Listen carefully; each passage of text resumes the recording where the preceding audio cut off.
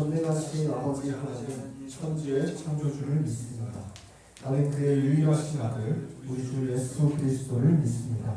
그는 성령으로 잉태되어 동정녀 마리아에게서 나시고 본디오 빌라도에게 고난을 받아 십자가에 못 박혀 죽으시고 장사된 지 사흘 만에 죽은 자 가운데서 다시 살아나셨으며 하늘에 오르시어 전능하신 아버지 하나님 우편에 앉아 계시다가 거기로부터 살아있는 자와 죽은 자를 심판하러 오십니다. 나는 성령을 믿으며 거룩한 공교회와 성도의 교제와 죄를 용서하는 것과 몸의 부활과 영생을 믿습니다. 아멘.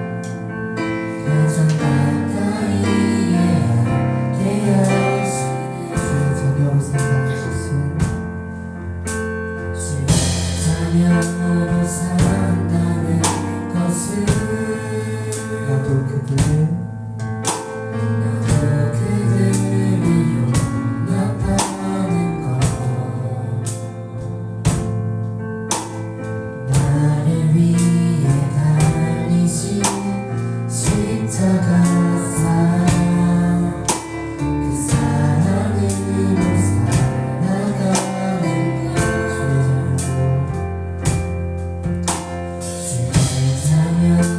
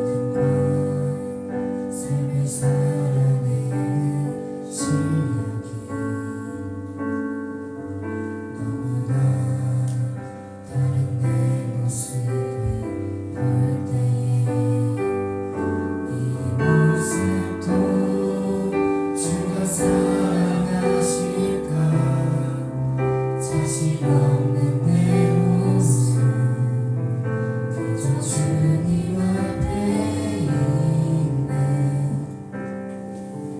나 같은 자도 사랑하여 주시고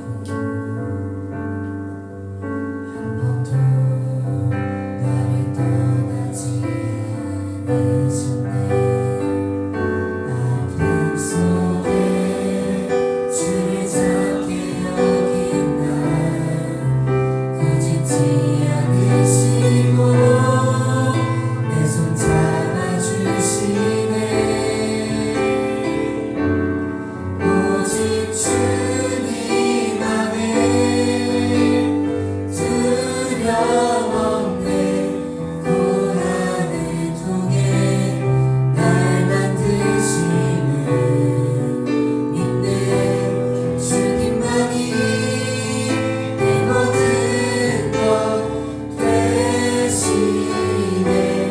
주의 강한 손 날 붙드시네.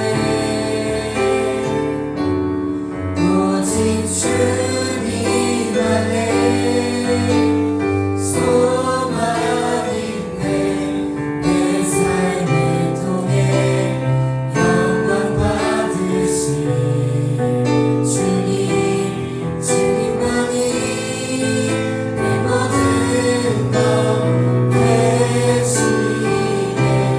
주의 선하심 나 노래하네. 모든 것 삶을 살아내는 실력이 너무나 다른 내 모습을 볼 때에 이 모습도 주가 살아가실까. 자신 없는 내 모습 그저 주님 앞에 있네. 나 같은 자도 사랑하여 주시고 한 번도 나를 떠나지 않으셨네.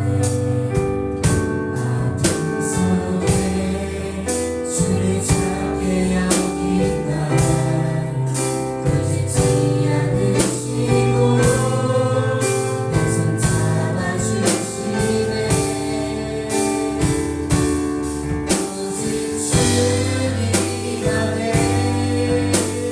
두려움 없네. 고난을 통해 날 만드시는 주님만이 내 모든 것 되시네. 주의 강한 손 날 붙드시네. 오직 주님 안에 소망 있네.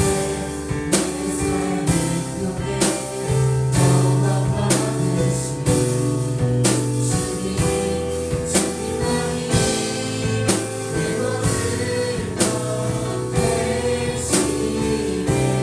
주의 선하심 나 노래하네. 이 시간 우리 기도할 때 우리가 말씀과 성경을 가까이 하게 하여 주시고 율법과 복음 둘 중 하나에만 쏠려 있는 것이 아니라 복음을 믿는 사람으로서 율법을 바로 알고 행하는 사람이 되게 해달라고 기도드리겠고 말씀 선포하신 전도사님과 오늘 이 예배를 위해 기도드리겠습니다.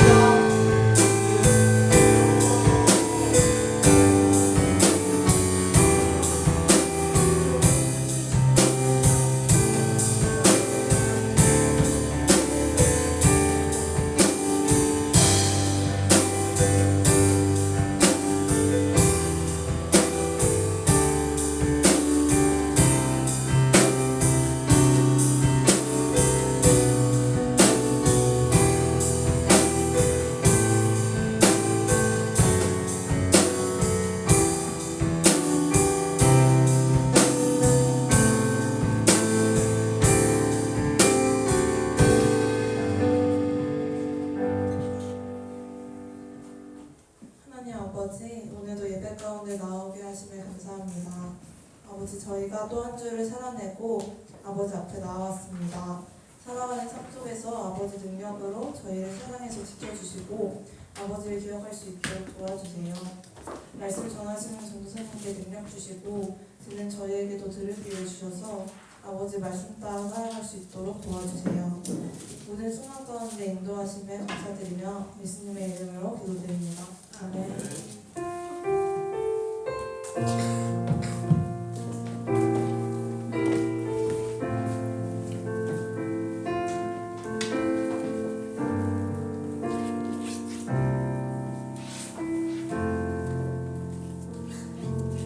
오늘 읽으실 말씀은 요한복음 20장 30절에서 31절입니다. 신약성경 183페이지입니다.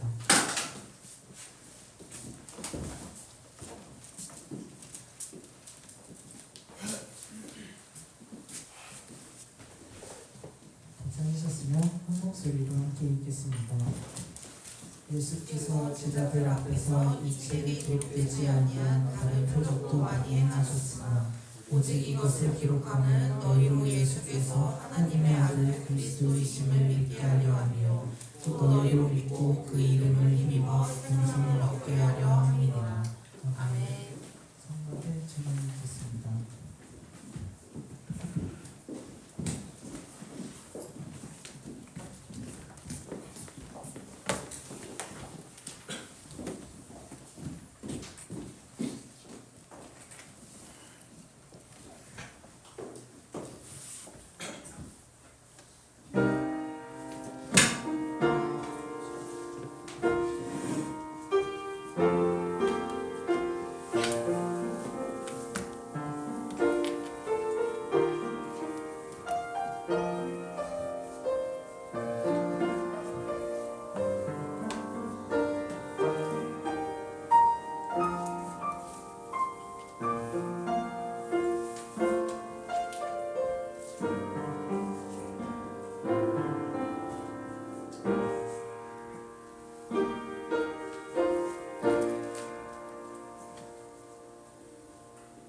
살아서 역사하시는 하나님이 하신 그 말씀 누구도 부인 못해. 우리의 완악한 마음 정결케 하시는 하나님의 고귀한 말씀. 우리 어디로 가야 할지, 무슨 일을 해야 할지, 때로 지쳐서 방황할 때도 사랑해서 지켜주시는 누구도 부인 못해.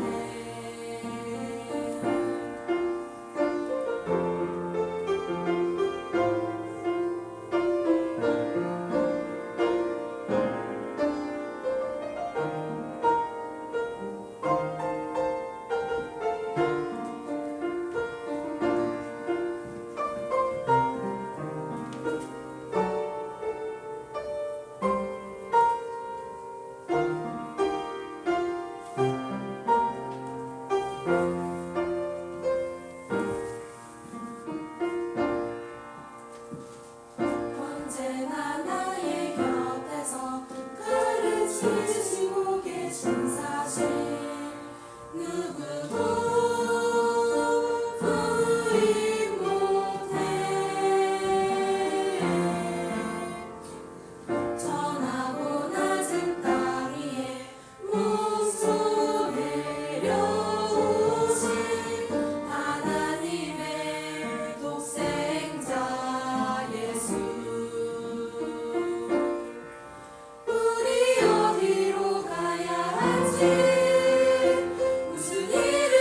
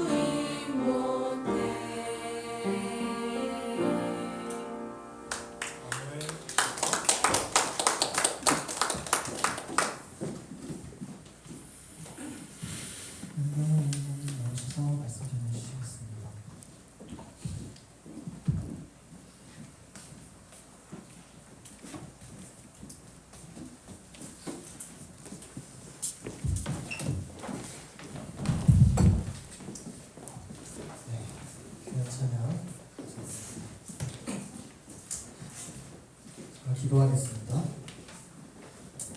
하나님 아버지, 이 주일 아침에 또 한 주를 살아내고 주님께 예배드리러 나아오게 하시며 감사드립니다.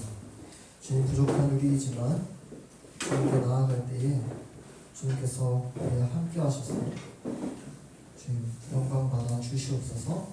주님, 우리가 말씀을 들을 때에 성령 하나님 우리의 마음을 조명하셔서 주님 듣는 말씀을 깨달아 알게 하시고 또 그 말씀대로 행할 수 있도록 주여 인도하여 주시옵소서. 감사드리며 예수님 이름으로 기도드립니다. 네. 자, 오늘은 소요리문답 3문, 성경의 주된 가르침에 대해서 배울 거예요. 지난주에 우리가 뭘 배웠었죠? 사람의 제일 되는 목적은 하나님을 영화롭게 하는 것과 영원토록 그분을 즐거워하는 것인데, 타락한 사람 스스로는 하나님이 기뻐하시는 일을 절대로 찾을 수 없다는 것을 전제로 알아봤어요. 이때 하나님께서 은혜로 자신을 우리에게 드러내신 것을 계시라고 한다고 했고, 계시로 두 가지를 줬는데 일반 계시와 특별 계시라는 것을 하나님께서 주셨다고 했어요. 일반 계시는 세 가지가 있는데 자연, 역사, 양심 이런 것들이 있다고 했고, 일반 계시는 모든 사람들이 다 보고 누릴 수 있도록 하나님께서 주셨지만은 일반 계시에 제한된 특징이 있었어요. 하나님에 대해서나 구원에 대해서 명확하게 알 수가 없었어요. 일반 계시로는. 반대로 특별 계시는 모든 사람에게 주어진 게 아니라 구원받은 하나님의 백성에게 특별하게 주어진 계시라고 얘기를 했어요. 특별 계시는 성령 하나님께서 역사하는 것으로 우리를 깨달아 알게 하시고, 오늘날에 하나님의 말씀인 성경이 우리에게 주어졌다는 점을 알아봤어요. 그래서 우리는 다른 어떤 것도 아니라 특별 계시로 주어진 그 성경을 통해서만 하나님을 알게 되고 구원에 대한 바른 지식도 알 수 있다라고 우리가 지난주에 배웠어요. 그래서 복습할 겸 우리 이문을 함께 읽어볼 건데, 전사님이 물으면 여러분들이 한 목소리로 답을 해주면 됩니다. 이문입니다. 하나님께서 어떤 규칙을 우리에게 주셔서 하나님을 영화롭게 하고 즐거워하도록 지도하셨나요? 신구약 성경에 기록된 하나님의 말씀은 우리가 어떻게 하나님을 영화롭게 하고 즐거워할 것인지를 지도하는 유일한 규칙입니다. 이렇게 성경만이 하나님을 기쁘시게 할 우리의 유일한 규칙이라는 것과 신구약 성경 66권 전권이 하나님의 영감으로 된 정확하고 오류가 없는 하나님의 살아있는 말씀이라는 것을 우리가 배웠어요. 그러면 오늘은 성경에서 가장 중요하게 가르치는 것이 뭔지에 대해서 알아볼 건데, 우리 시작하기 전에 함께 산문 또 읽고 갈 거예요. 전사님이 물으면 여러분들이 답을 하면 됩니다. 네, 읽겠습니다. 성경에서 가장 중요하게 가르치는 것은 무엇인가요? 성경에서 가장 중요하게 가르치는 것은 사람이 하나님에 대하여 믿어야 하는 것은 무엇인가와 하나님께서 사람에게 요구하시는 의무에 관한 것입니다. 조금 긴데 오늘 말씀을 잘 듣고 나면 두 가지로 쉽게 정리가 될 거라고 생각을 해요. 어려운 내용이 있어도 좀 정리해가면서 여러분들이 말씀을 잘 집중해서 듣길 바랍니다. 여러분, 성경이라는 것이 기독교 신앙의 가장 기본적이고도 중요한 전제이기 때문에 성경이 정말 사실이고 하나님의 말씀인가에 대해서 여러분들이 믿거나 동의하지 않는다면은 앞으로의 신앙생활을 바르게 쌓아가기가 굉장히 어려워요. 그래서 여러분들이 어렵게 느껴지시더라도 전사님이 여러분들에게 신구약 성경 66권이 왜 참된 하나님의 말씀이고 그 근거가 뭔지 이유가 뭔지에 대해서 충분히 설명해 줄 의무도 있고 필요도 있어요. 그냥 덮어놓고 믿으라고 얘기를 하지 않을 거예요. 덮어놓고 믿는 거는 우리가 따르는 그 기독교 신앙이 아니에요. 우리는 여러분들이 믿음을 어떻게 생각하는지 모르겠는데, 믿음은 감정에 국한된 게 아니에요. 믿음은 감정의 영역을 넘어서 이성적으로 납득하고 동의하고 확신하는 것까지도 믿음으로 포함을 해요. 행동도 있죠. 의지도 있어요. 자, 따라서 여러분들이 말씀을 듣고 이해할 때에 어떤 마음가짐으로 해야 되냐? 여러분들이 그냥 아멘하고 믿는 걸로 끝나는 게 아니에요. 여러분들이 공부하는 거 이상으로, 여러분들 열심히 공부하는 거 이상으로 여러분들의 이성과 지성을 발휘할 필요가 있거든요. 다른 별것 같은 그런 다른 것들에 대한 내용이 아니라 천지만물을 지으신 창조주 하나님에 대한 말씀을 여러분들이 듣고 배우는 거예요. 그러면 우리가 고작 국어, 수학, 영어 이런 거 배우는 것보다 쉽게 생각할 수가 있을까요, 여러분? 없어요. 쉽지 않아요. 그래서 여러분들이 마음을 열고 생각을 열고 그냥 저 뭐지 이러고 생각하는 게 아니라 여러분 반짝반짝 들어야 돼요. 반짝반짝 들어서 집중해서 잘 듣길 바래요. 자, 우리가 오늘 3분 내용인 성경의 주된 가르침을 배우기 전에 먼저 지난주에 다 다루지 못했던 성경의 중요한 세 가지 특징, 세 가지 특성을 알아볼 필요가 있어요. 지난주에 선생님이 간단하게 말로 하긴 했는데 조금 더 다루고 넘어갈게요. 자, 첫 번째로 성경의 특성 세 가지인데, 첫 번째 특성은 성경의 무호성입니다. 성경의 무호성. 자, 무호성이 뭐냐? 무오가 뭐냐? 오류가 없다는 거예요. 성경에 오류가 없다는 거예요. 자, 지난주에 알아봤듯이 신구약 66권 정경에 해당하는 모든 성경, 여러분들 창세기부터 요한계시록까지 모든 성경은 하나님의 감동으로 기록되었다고 우리가 고백했어요. 그러면 하나님의 감동으로 기록됐다면 정확하고 오류가 없다는 걸 우리가 인정하는 거예요. 자, 성경에는 우리가 여러분들이 지금 읽는 번역 성경이 있고 한국어 번역 성경이 있고 그 원본이 되는 원어 성경이 있겠죠. 그죠? 우리 영화 봐도 더빙판이 있고 뭐 자막이 있고 그 원어 말이 있잖아요. 원어 뭐라 하죠? 음성이 있잖아요. 그런 것처럼 우리 책을 읽을 때도 번역본이 있고 원어가 있죠. 자, 그럼 성경도 원어가 있어요. 구약성경은 유대인들의 말인, 우리 이스라엘 백성들의 말인 히브리어라는 걸로 지어졌어요. 그리고 신약 성경은 여러분들 그리스 알죠? 고대 그리스 말 헬라어로 기록이 되어 있어요. 그러니까 구약은 히브리어, 신약은 헬라어로 기록이 되어 있는데 원본 성경을 우리는 못 읽어요. 그렇죠? 여러분들 읽을 수 없죠? 읽을 수는 있는 사람도 있긴 한데 대부분 없어요. 그래서 번역을 다 해요. 번역을 하는데 번역하는 과정에서는 오류가 발생할 수 있을까요? 없을까요? 있죠. 번역하는 과정에서는 오류가 발생할 수 있어요. 근데 원본 성경을 봤을 때 하나님께서 주신 원본, 물론 원본이 없어요. 성경은 다 사본인데 하여튼 원어로 되어 있는 성경은 오류가 없다라고 우리는 고백하는 거예요. 그러면 우리가 읽는 지금 번역 성경에 오류가 있어서 우리 이거 인정하면 안 되는 거 아닙니까? 라고 할 수도 있어요. 뭐 킹제임스 주의자들 뭐 그런 사람들도 있어요.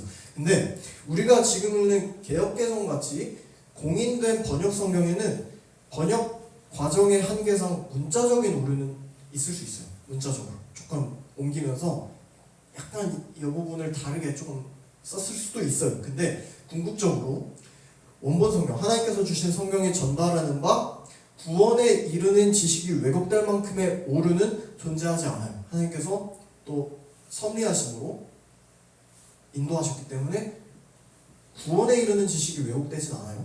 그러니까 우리는 이 성경 말씀을 오류가 있다 하더라도 지금 굉장히 사소합니다. 근데 원본 성경에 대해서 우리 무호성을 인정해요.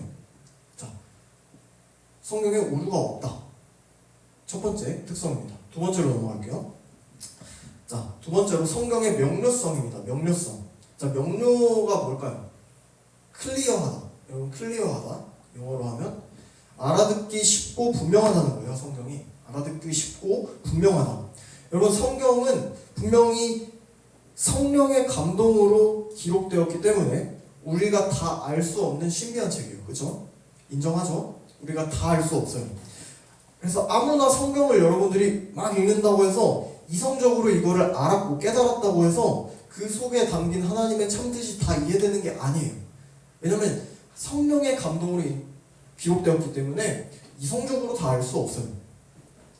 반드시 성령 하나님께서 우리의 마음속에 깨닫게 해주실 때만 그 뜻을 정확하게 알 수가 있어요. 그래서 여기서 성령 하나님께서 진리의 말씀을 깨닫도록 도와주시는 것을 우리가 뭐라 하냐면 성령의 조명하심이라고 해요. 조명. 저는 기도할 때도 성령 하나님 우리의 마음을 조명하셔서 우리의 마음을 비추어 주셔서 이렇게 얘기하는 것이 조명하심이에요. 우리 마음을 밝히 비춰 주신다는 것이 조명입니다. 그래서 성경은 아무나 다 그 뜻을 알 수 있는 게 아니에요. 특별 계시기 때문에 모든 사람이 다 알 수 있는 건 아니에요. 근데 성령 하나님께서 조명해 주신다면 남녀노소 똑똑하든지 평범하든지 이해력이 딸리든지 간에 그 누구든지 그 뜻을 명료하게 아주 쉽고 분명하게 알 수 있도록 기록된 하나님의 말씀이다라는 것이 성경의 두 번째 특징이에요. 명료성. 그래서 여러분들이 나 성경 이해 안 돼서 못 읽어요. 나 성경 몰라요. 나 이해력이 딸려서 몰라요. 이게 아니에요. 여러분들 성령의 도우심을 구하고 여러분들이 성경을 읽으면 성경의 명료성에 의해서 여러분들이 구원에 이르는 지식을 충분히 알 수 있어요. 여러분들 성경이 성령을 의지하지 않고 읽기 때문에 여러분들이 어렵다고 느껴지는 거예요. 이게 성경의 두 번째 특성, 명료성입니다. 자, 세 번째로 성경의 충족성입니다. 충족이 뭘까요? 충분하다는 거예요. 충분하다. 쉽게 말해서. 자, 뭐가 충분할까요? 뭐에 충분할까요? 구원에 충분하다는 거예요. 구원에 충분하다. 여러분, 하나님 앞에서 구원받은 성도의 삶을 살아가기 위해서, 여러분 그리스도인으로서 기독교인으로서 살아가기 위해서 전혀 여기에 더하거나 뺄 필요가 없는 충분한 하나님의 말씀이다라는 거예요. 성경이. 자, 여기서 우리 개신교와 카톨릭의 차이점을 보게 돼요. 자, 우리 개신교는 종교개혁 이후에 기독교에서 분리된 개신교는 구원에 있어서 성경 외에 다른 것이 필요하다고 볼까요? 안 볼까요? 자, 끄덕여볼까요? 자, 성경 외에 다른 것이 우리 구원에 있어서 필요합니다. 끄덕. 자, 필요하지 않습니다. 끄덕. 의사를 잘 모르겠는데 교육은 잘 받은 것 같아요. 자, 우리는 구원에 있어서 성경 외의 것이 필요하지 않다고 봐요. 오케이? 자, 근데 카톨릭은 구원에 있어서 성경 필요해요. 전통 필요해요. 그리고 교황의 권위도 성경과 같다라고 봐요. 그래서 교황이랑 성경이랑 부딪히면은 그 타협해왔어요. 교황의 말이 성경을 덮고 이렇게 왔어요. 그래서 우리가 종교개혁이 일어난 거고, 지금도 여전히 전통을 중요시해요. 구원에 있어서 다 필요하다는 입장이 카톨릭의 입장이고, 우리는 필요 없다라는 입장이에요. 자, 자유주의 같은 경우, 우리 계속 얘기했죠. 여러분 뭐 자유주의가 뭔지 몰라도 되는데, 성경을 하나님의 말로 인정 안 하고 사람의 말이라고 인정하는 그 신학자들이에요. 자, 성경은 인간의 말에 불과하기 때문에 구원에 있어서 충분하지 않아서 과학적이고 입증 가능한 것들을 같이 봐야 된다고 주장해요. 자유주의자. 신비주의자들도 있어요. 성경도 중요한데 방언이나 예언 같은 은사가 반드시 필요하다. 구원에 있어서. 방언이나 은사 못 받으면 구원 못 받는 사람이다라고 생각하는 사람들이 있어요. 근데 우리 개혁교회는 오직 성경만이 우리의 구원에 있어서, 구원받은 성도의 삶에 있어서 필요 충분한 단 한 가지 조건임을 믿는다. 이게 성경의 충족성이에요. 자, 개념적으로 여러분들 그렇게 어렵지 않죠? 자, 이렇게 세 가지가 성경의 중요한 특성입니다. 첫 번째, 성경의 무엇성, 오류가 없다. 두 번째, 성경의 명료성. 성령 하나님이 우리와 함께 하신다면 우리는 모든 남녀노소 다 성경의 뜻을 알 수 있다. 자, 세 번째, 성경의 충족성. 구원받기에 성경으로 충분하다. 오케이? 여기까지 이해되죠? 자, 이 관점을 전제로 우리가 성경을 보는 거예요. 성경에 오류가 있다라고 생각하면서 성경을 믿는다? 어불성설이에요. 자, 그럼 넘어가서 성경이 왜 하나님의 말씀입니까? 에 대해서 여러분들이 생각해 볼 수 있어요. 성경 그냥 책 아닙니까? 자, 성경의 어떤 점 때문에 성경이 하나님의 말씀이라고 우리가 믿는가에 대해서는 정말 많은 내용들이 있지만 그 중에 두 가지만 알아볼게요. 두 가지만.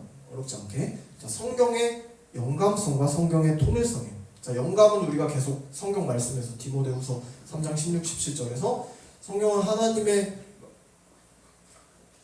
성령에 감동하심으로 된 것이라고 고백한 게 그 감동이 영감입니다. 자, 영감. 자, 모든 성경은 하나님의 감동으로, 즉 영감으로 된 것이라고 우리가 배웠어요. 근데 성경을 쓴 저자가 누굴까 생각해 봤을 때 모세, 뭐 바울, 누가 같은 사람이죠? 사람이에요, 성경. 자, 그래서 사람이 쓴 글이 어떻게 하나님의 말씀이 될 수 있냐라고 생각할 수 있어요. 그죠? 그래서 이 영감성을 짚고 넘어가는 게 굉장히 중요해요. 여러분들이 여기에 대해서 불만을 제기할 수 있어요. 제기하는 거는 이상한 건 아닙니다. 자, 우리는 지난주에 계시라는 개념을 배웠어요. 계시, 일반 계시와 특별 계시, 계시. 하나님께서 우리에게 하나님을 드러내 주신 것을 계시라고 표현한다 했어요. 성경에 있어서 하나님께서는 자신을 계시할 때의 그 방법이에요. 방법. 계시의 방법이 뭐냐예요. 사람들을 통해서 계시해 주셨거든요. 성경을 쓸 때. 근데 사람들을 그냥 막 사용한 게 아니에요. 성령 하나님께서 성경을 사람들이 기록할 때 사람들 가운데 감동하심으로 오류가 없도록 하시는 방법을 선택했다는 거예요.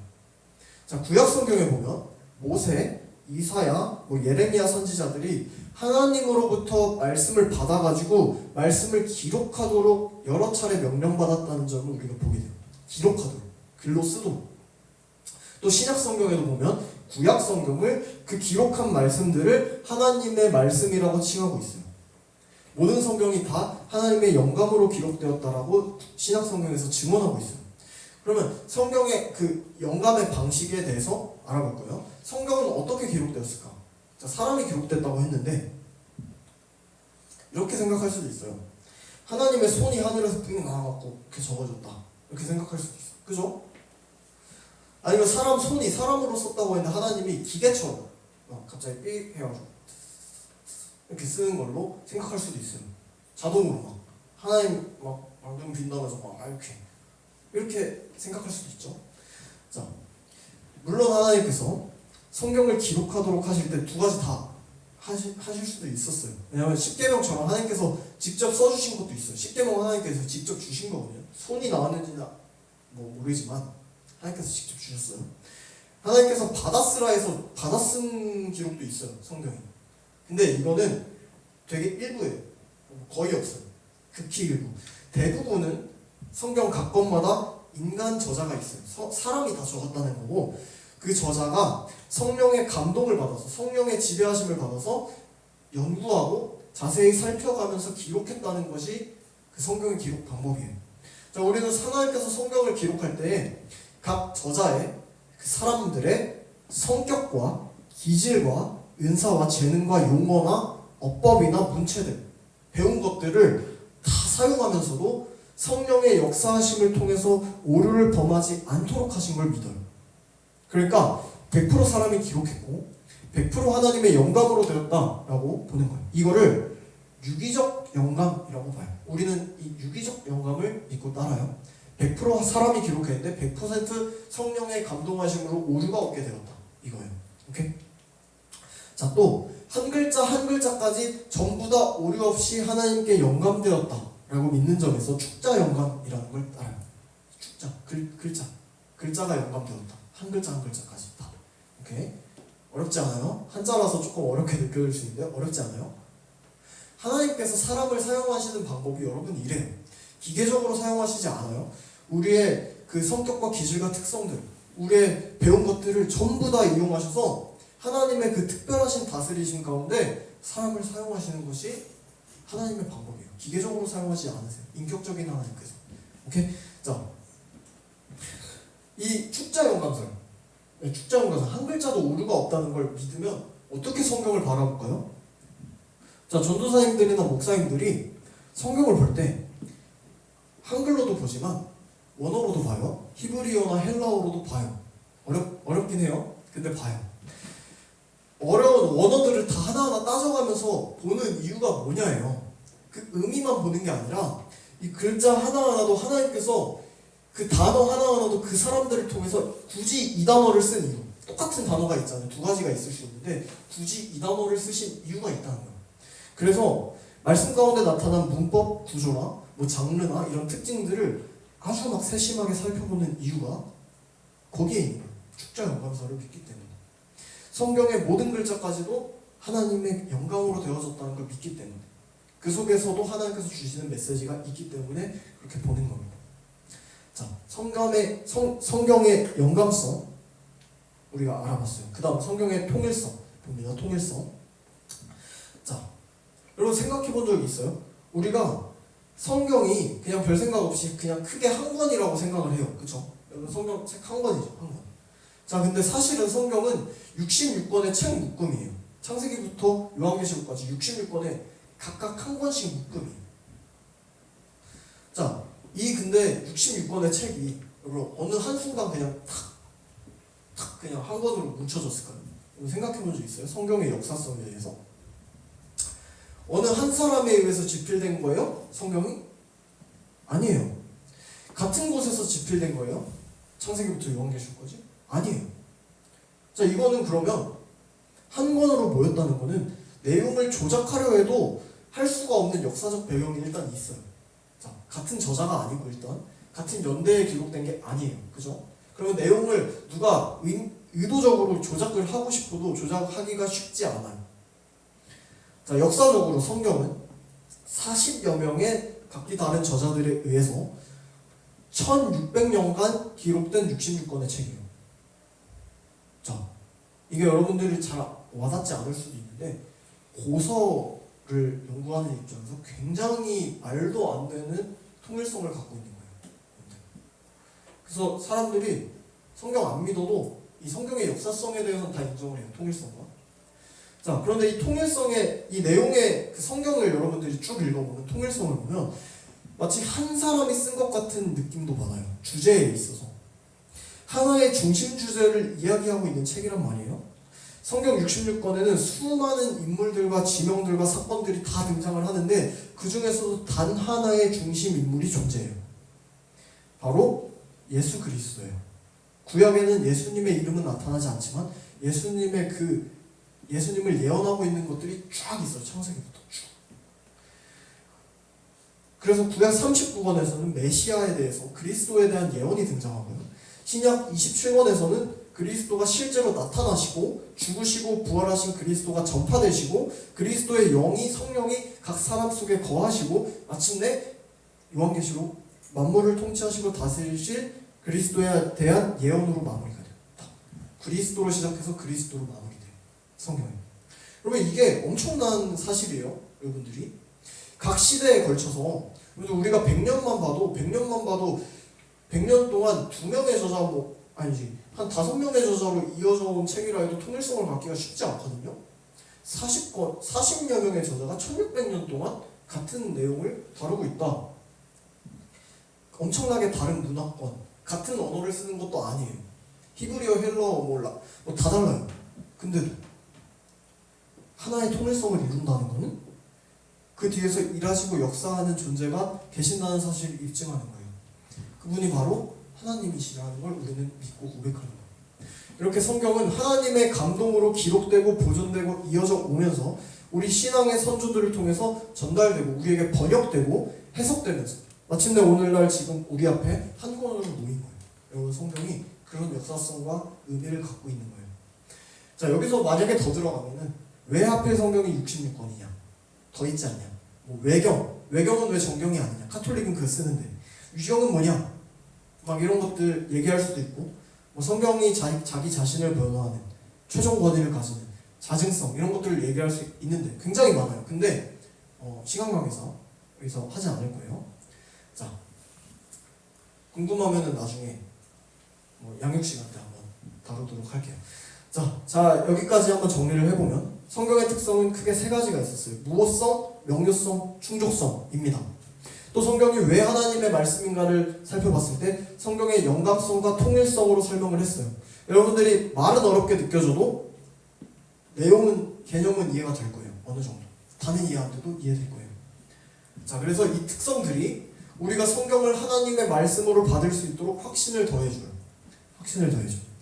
만약에 여러분들 중에 이게 납득이 안 된 친구가 있거나 믿어지지 않는 친구가 있거나 이해되지 않는 친구가 있더라도 여러분 숨기거나 부끄러워할 필요가 전혀 없어요. 더 질문하고 자꾸 배우면 돼요. 우리가 어떻게 해서든지 성경이 하나님의 말씀인 걸 확신하고 그 위에 신앙생활을 쌓아가게 되기 때문에 여러분 그냥 덮어놓고 믿으라는 얘기 아니에요. 그래서 여러분들이 궁금하면 물어봐요. 계속 찾아보고 질문하고 그 확신하는 과정이 누구한테는 쉬울 수 있는데 누구한테 굉장히 어려울 수 있어요. 전사님도 이해를 해요. 그래서 여러분 마음껏 고민해도 괜찮으니까 일단 이런 것들이 있다라는 걸 여러분 생각하고 계속 고민하세요. 계속 고민하세요. 자, 그러면 우리의 전제는 일단 이거예요. 이제 성경의 권위에 대한 믿음과 전제가 이건데, 그럼 본격적으로 성경의 주된 내용에 대해서 알아보겠습니다.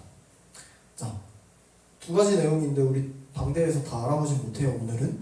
그래서 소요일문답 107문이 전부 다 여기에 대한 내용을 하고 있는데, 여러분들이 그 구조표를 나중에 살펴보시면 좀 이해가 될 거예요. 그 두 가지가.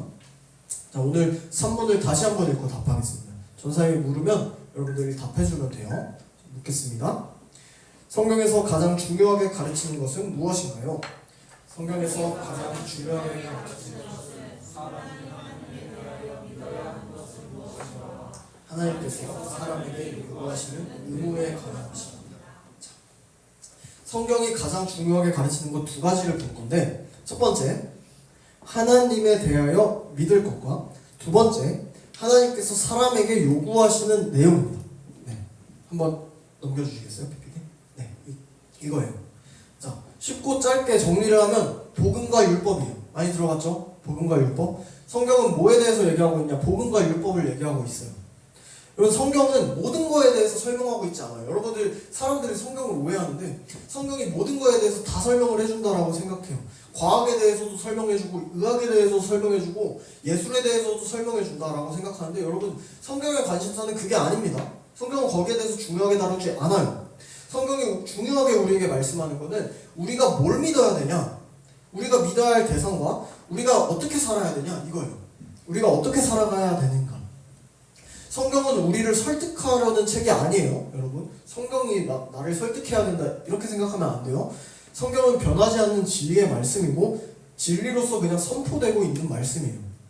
그러면 오늘 본문 말씀인 요한복음 20장 30절에서 31절을 여러분 성경책 보고 한번 읽어볼게요. 요한복음 20장 30절에서 31절 말씀.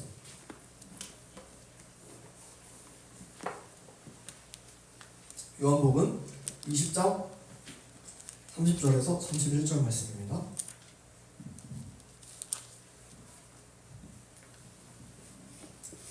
요한복음 20장 30절에서 31절 말씀 같이 한 목소리로 읽겠습니다. 시작.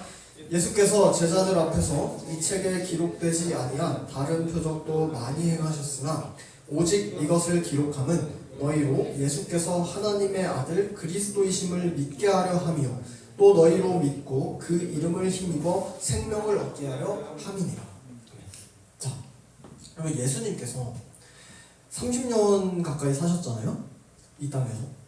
그러면 성경에 기록된 만큼만 기적을 행하시고 사셨을까요, 여러분? 아니죠. 그보다 훨씬 많은 기적을 행하시고 표적을 보이셨을 거예요. 그죠? 상식적으로 훨씬 많은 사건들이 있었을 거예요, 예수님에 대한. 그런데 성경 저자들은 그 수많은 사실 가운데서, 수많은 기적들 가운데서 절제해서 하나님께서 말씀을 통해서 기록하고자 하시는 내용에 충실하게 그 맞도록 기록했어요. 그 이유가 뭘까요? 하나님의 분명한 의도가 있기 때문이에요. 예수님의 표적 그 자체를 우리에게 보여주시는 것이 목적이 아니에요. 병고침이 목적이 아니에요. 우리한테 그거를 알려주려고 하는 게 아니에요. 그게 아니라 그 표적들을 통해서, 그 기적들을 통해서 우리에게 보여주고자 한 진짜 내용들이 있었기 때문에 몇 개만 대표적으로 보여줘도 괜찮았다는 거예요. 다 다루지 않아도 충분히 괜찮았다는 거예요. 그것은 바로 뭐냐면 방금 요한복음에서 우리가 읽었듯이 예수님께서 하나님의 아들이신 그리스도이시다라는 것과 또 그를 믿고 그와 연합함으로 영원한 생명을 얻어서 우리를 구원에 이르게 하기 위함이에요. 성경을 그렇게 기록한 것은. 이게 성경이 기록된 목적이다라는 겁니다. 자, 여러분, 요즘에 흑백요리사 엄청 핫하죠? 봤어요? 흑백요리사? 안 봤어요? 본 친구들도 있고. 전사님도 사모님이랑 같이 회차 열릴 때마다 정주행했어요. 다 봤는데 끝까지 봤는데 이거 보면은 촬영 시간이 무려 3개월에 가까이 기록됐다고 해요. 촬영이. 뭐 3개월 내내 찍은 건 아닌데 그래도 많은 시간이 들었겠죠.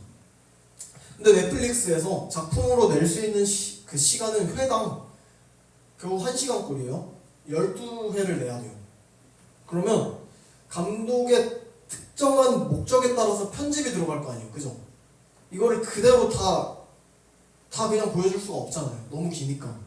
감독의 관점에 따라서 감독이 시청자들에게 보여주고 싶은 부분을 강조하고 아무리 재밌고 좋은 부분이 있어도 그 목적에 부합하지 않으면 가차없이 편집하면서 12회를 방영을 했어요.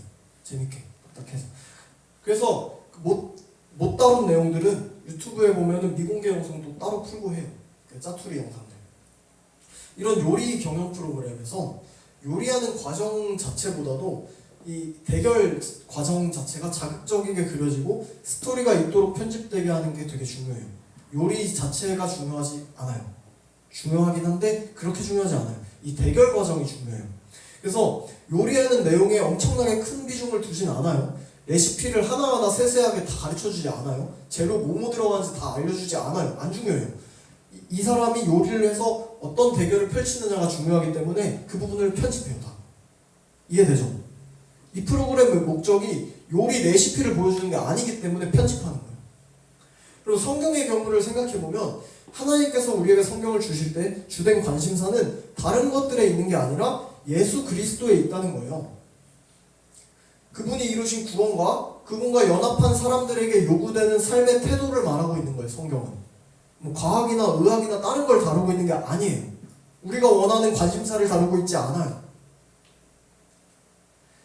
성경은 분명히 우리의 궁금증을 충족시켜 주려고 하나님께서 주신 건 아니에요. 근데 그 과정 속에서 우리의 궁금증이 해결되기도 하는데 그게 목적은 아니라는 거예요. 자, 그러면 3문에서 성경이 크게 하나님에 관한 것과 하나님에 대한 요구를 가르친다고 했는데 자, 짧게 살펴볼게요. 하나님에 관한 것은 소요리 문답 1문부터 38문까지 나와 있어요. 3문부터 38문. 우리가 구원에 대해서 알기 위해서 필수적인 지식이에요. 구원에 대해서 알기 위해서. 창조주 하나님이 누구신가, 또 구속자이신 그리스도가 누구신가에 대한 지식이 여기 나타나 있어요. 자, 이렇게 성경을 통해서 하나님을 아는 지식은 우리 믿음을 갖게 하는데 반드시 필요해요. 만약에 성경을 통해서 하나님을 아는 지식이 부족하거나 없는 상태라면 여러분들이 아무리 교회를 오래 다녀도 올바른 믿음을 갖기가 힘들어요. 하나님에 대한 지식이 부족하다면. 하나님의 아는 지식을 충분하지 않으면 우리의 죄악된 창의력과 상상력으로 하나님이라고 쳐놓고 금송아지 우상을 계속 만들어요. 계속해서. 하나님에 대한 지식이 없으니까 이게 하나님이겠지라고 생각하면서 금송아지 계속 만들어요. 그래서 하나님께서 성경을 통해서 하나님에 관한 것, 그리스도에 관한 것을 깨달아 알 수 있도록 우리한테 계시해 주신 거예요. 말씀을. 자, 다음으로 하나님에 대한 요구입니다. 하나님의 백성의 의무라고 생각해도 다르지 않아요. 하나님의 백성의 의무. 성경은 구원받은 백성이 어떤 삶의 태도로 살아가야 되는지를 알려주고 있어요. 소요리 문답 39문부터 107문까지가 이 내용을 다루고 있어요.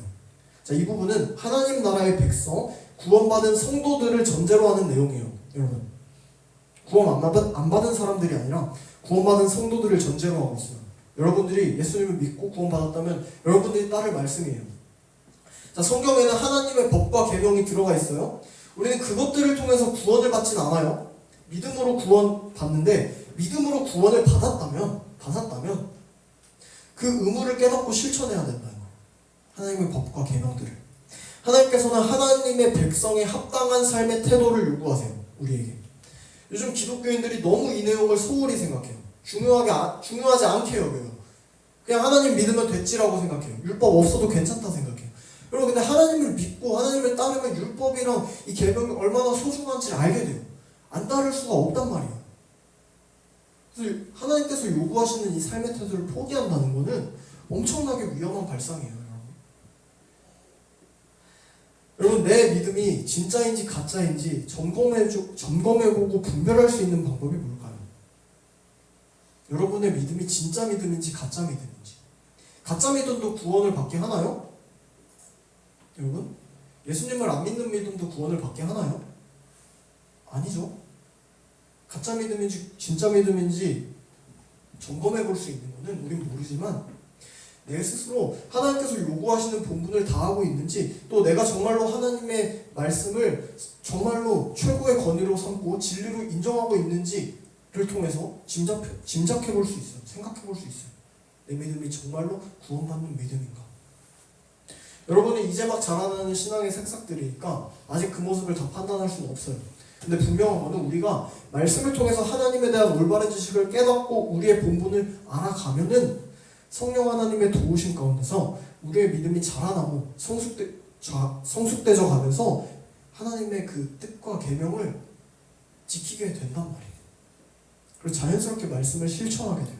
그래서 여러분들이 지금 첫 단추를 잘 껴야 된다는 거예요. 찬양을 통해서 구원 못 받습니다. 기도를 통해서 구원 못 받습니다.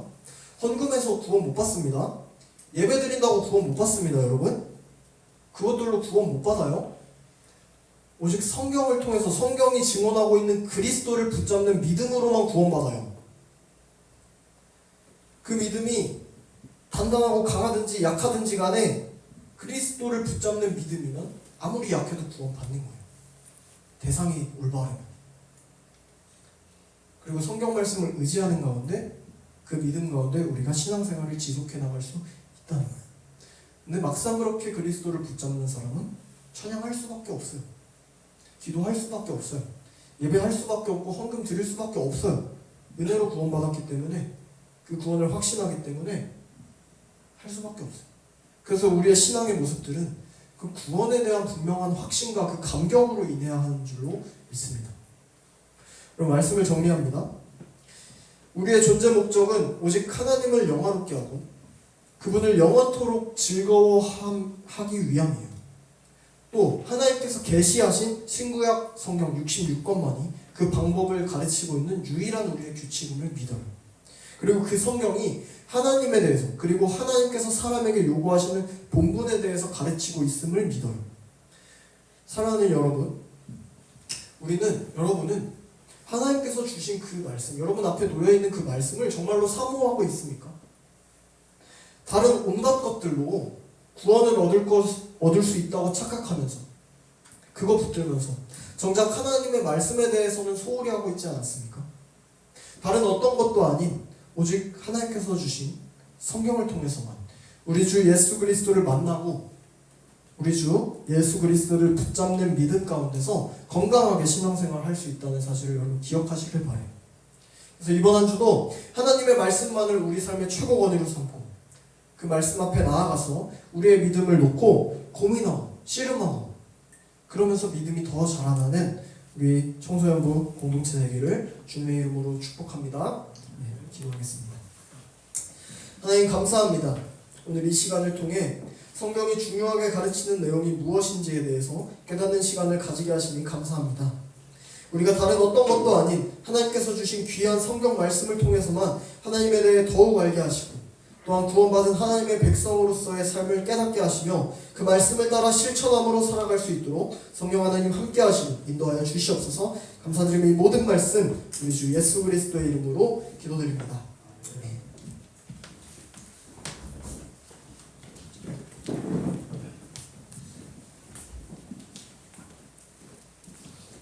찬양하면서 주님의 신앙금 드리도록 하겠습니다.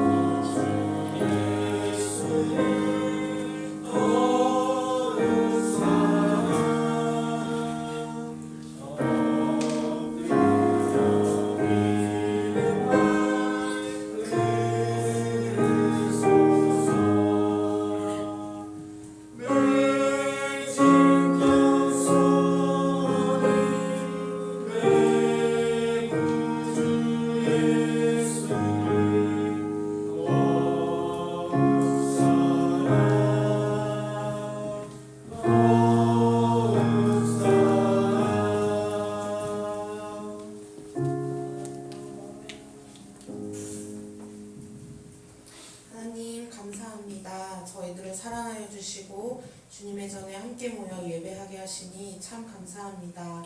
우리가 무엇을 믿어야 하고 어떻게 살아야 하는지 알기 위해서 하나님의 말씀이신 성경을 가까이 하기를 원합니다. 말씀을 읽을 때 성령님의 도우심으로 하나님의 뜻을 바르게 알고 바른 믿음이 잘 자랄 수 있도록 주님께서 인도하여 주세요. 그래서 때마다 돕는 은혜를 누리며 살아가는 달리다봄 청소년부가 되기를 원합니다. 주님께서 주신 것 중 구별해서 예물을 드립니다.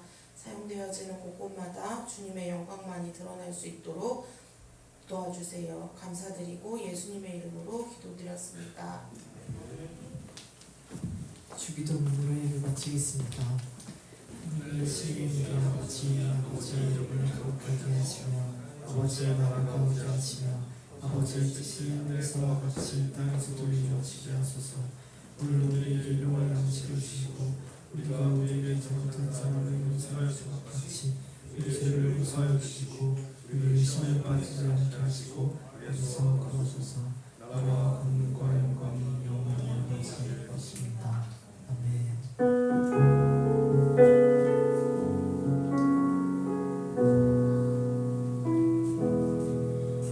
기사님이 나오셔서 권고해 주시겠습니다.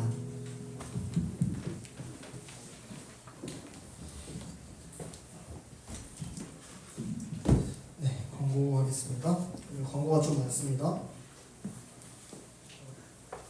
우리 먼저 그 200만 연합 예배 그 광고 영상 한번 좀 보고 가겠습니다. 두 개인데 짧아요.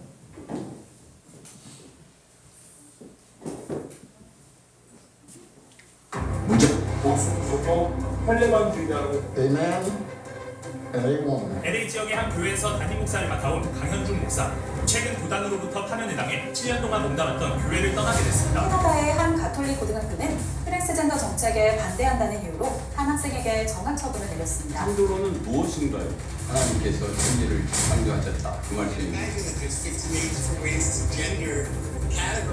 Choose male, female, or custom, or custom, or custom. 미국의 트랜스젠더 수영 선수 리아 토머스입니다. 성전환 수술은 받지 않았지만 여성으로 인정받았습니다. 성전환 수술도 받지 않은 상태인데요. 스웨덴에서는 엄마 아빠라는 말 대신 부모님, 부모니라는 단어를 사용합니다. 7세 아들의 성전환을 반대하는 아버지의 양육권이 박탈됐습니다. 앞으로 핀란드에서는 자신의 법적 성별을 쉽게 변경할 수 있습니다. 이에 따라 18세 이상의 핀란드인은 자기 선언만으로도 법적인 성별을 바꿀 수 있게 됐습니다. 핀란드 정부는 법안 악용을 막기 위해 성별 전환 요청을 연 1회로 제한한다는 방침입니다.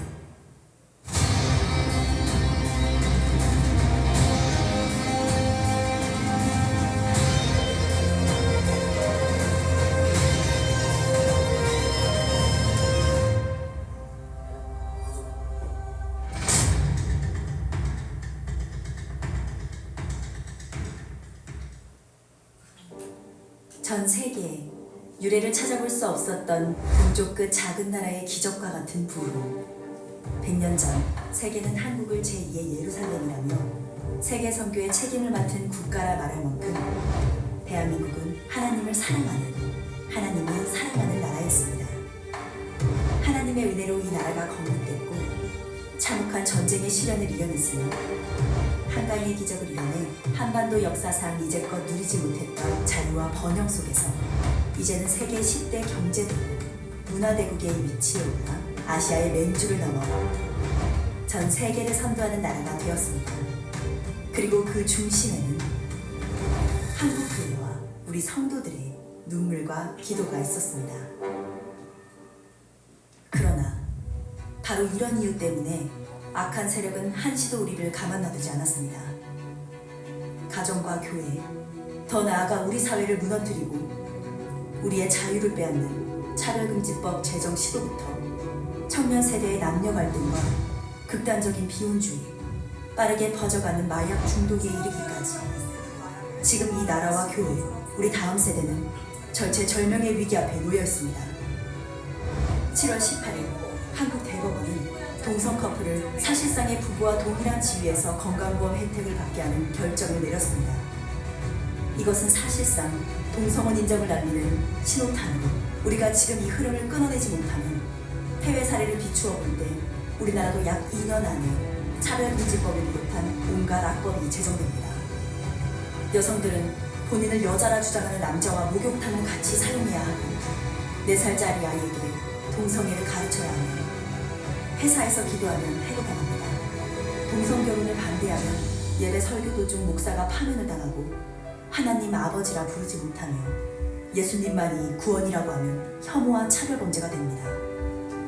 우리가 일어나 함께 막지 않으면 내 가정과 교회, 더 나아가 우리나라에 닥칠 미래입니다. 더 이상 물러설 곳이 없습니다. 함께 모여 맞서야 합니다. 악을 선으로 이겨야 합니다. 간절한 마음으로 예배하며 기도합시다. 10월 27일 오후 2시 서울 광화문 일대로 모두 나와주십시오. 성경과 교회를 사랑하는 모든 분들이 나와 하나님께 부르짖읍시다. 우리가 함께 모여 나라를 새롭게 합시다. 거룩한 복음의 역전이 시작될 것입니다.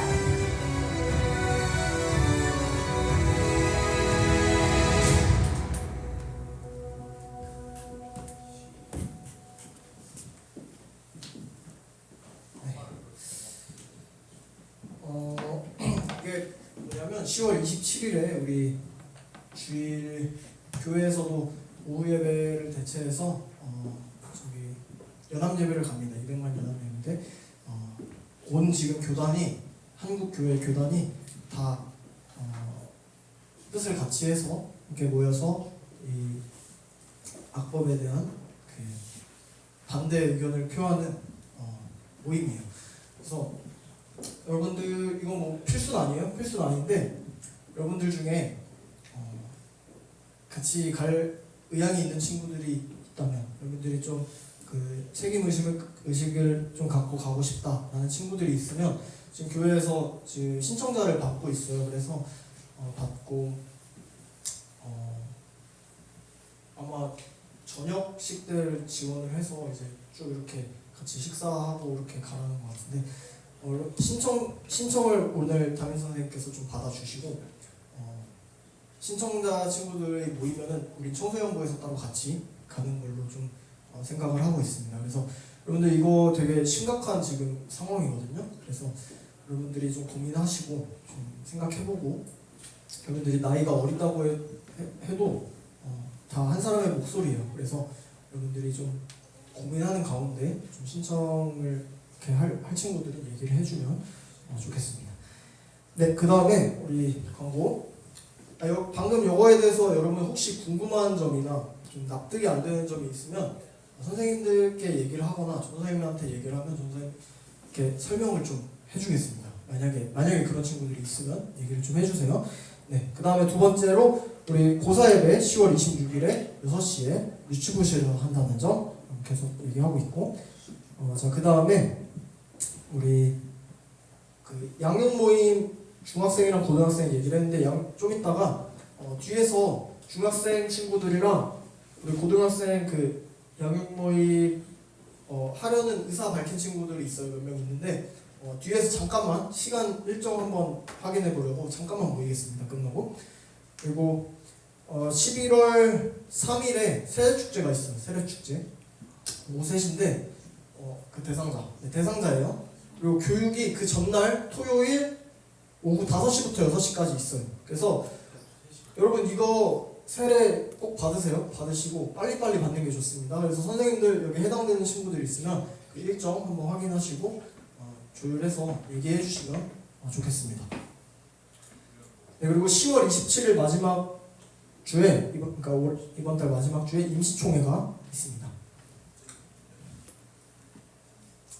네, 그리고 우리 아포리즘 지난주에 했는데 우승자 2명 있었죠. 우리 선물 증정식 있습니다. 네, 중학생 규범이 그리고 고등학생 이범이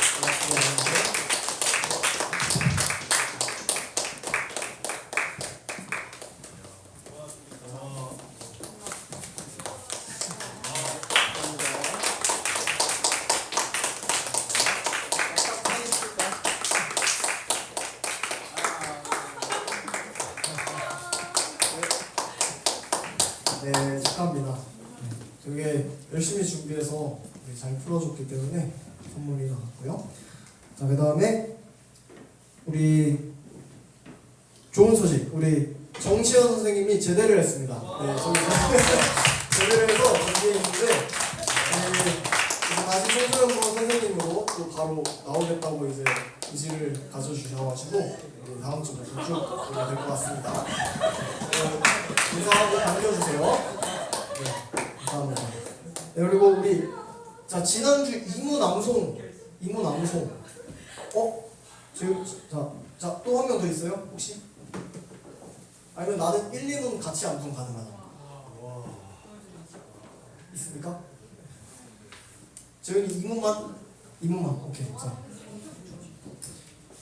2문 전원을 누르면 답해주세요. 자 하나님께서 어떤 규칙을 우리에게 주셔서 하나님을 영화롭게 하고 즐거워하도록 지도하셨나요? 신구약 성경에 기록된 하나님의 말씀은 우리가 어떻게 하나님을 영화롭게 하고 즐거워할 것인지를 지도하는 유일한 규칙입니다. 와. 감사합니다.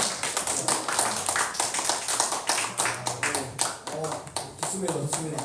다음 주는 산문에 대해서 이제 질문할 거고요. 여러분들 조금씩 외워오시면 좋겠습니다. 네, 이상으로 광고를 마치고 우리 아까 양육 해당되는 중학생 친구들 뒤에랑 그리고 양육할 의향 밝힌 친구들 잠깐 뒤에서 모이겠습니다. 고등학생 수고하셨습니다.